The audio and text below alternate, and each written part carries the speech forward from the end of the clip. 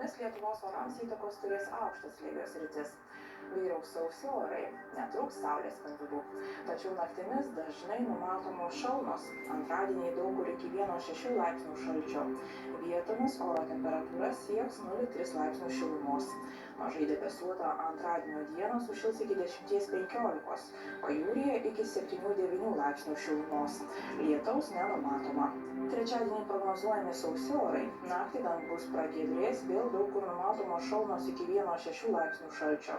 Ir tik vietomis daugiausia Kuršių nerijoje išliks 0–3 laipsnių šiluma.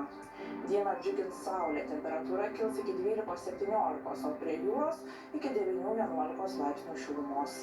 Ketvirtadienį šiek tiek daugės debesų. Rytiniuose rajonuose dieną vietomis trumpai palis. Bus nemalonu dėl stipraus vakarų šiaurės vakarų vėjo.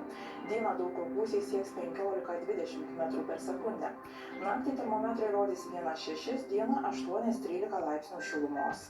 Penktadienį vyraus sausi orai, tik dieną pavienėse vietose truputį palis.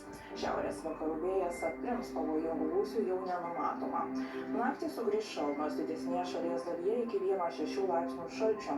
Vietomis oro temperatūra bus silpnai teigiama. Dieną sušils iki 7–12 laipsnių. Remiantis dabartiniais duomenimis, savaitgalį orai subjurs. Atvės, stiprės vėjas, atkeliaus krituliai.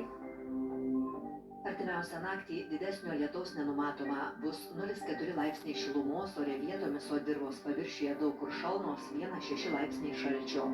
Rytoj dieną nepastoviai debesuota, be lietaus, oro temperatūra 9–14 laipsnių.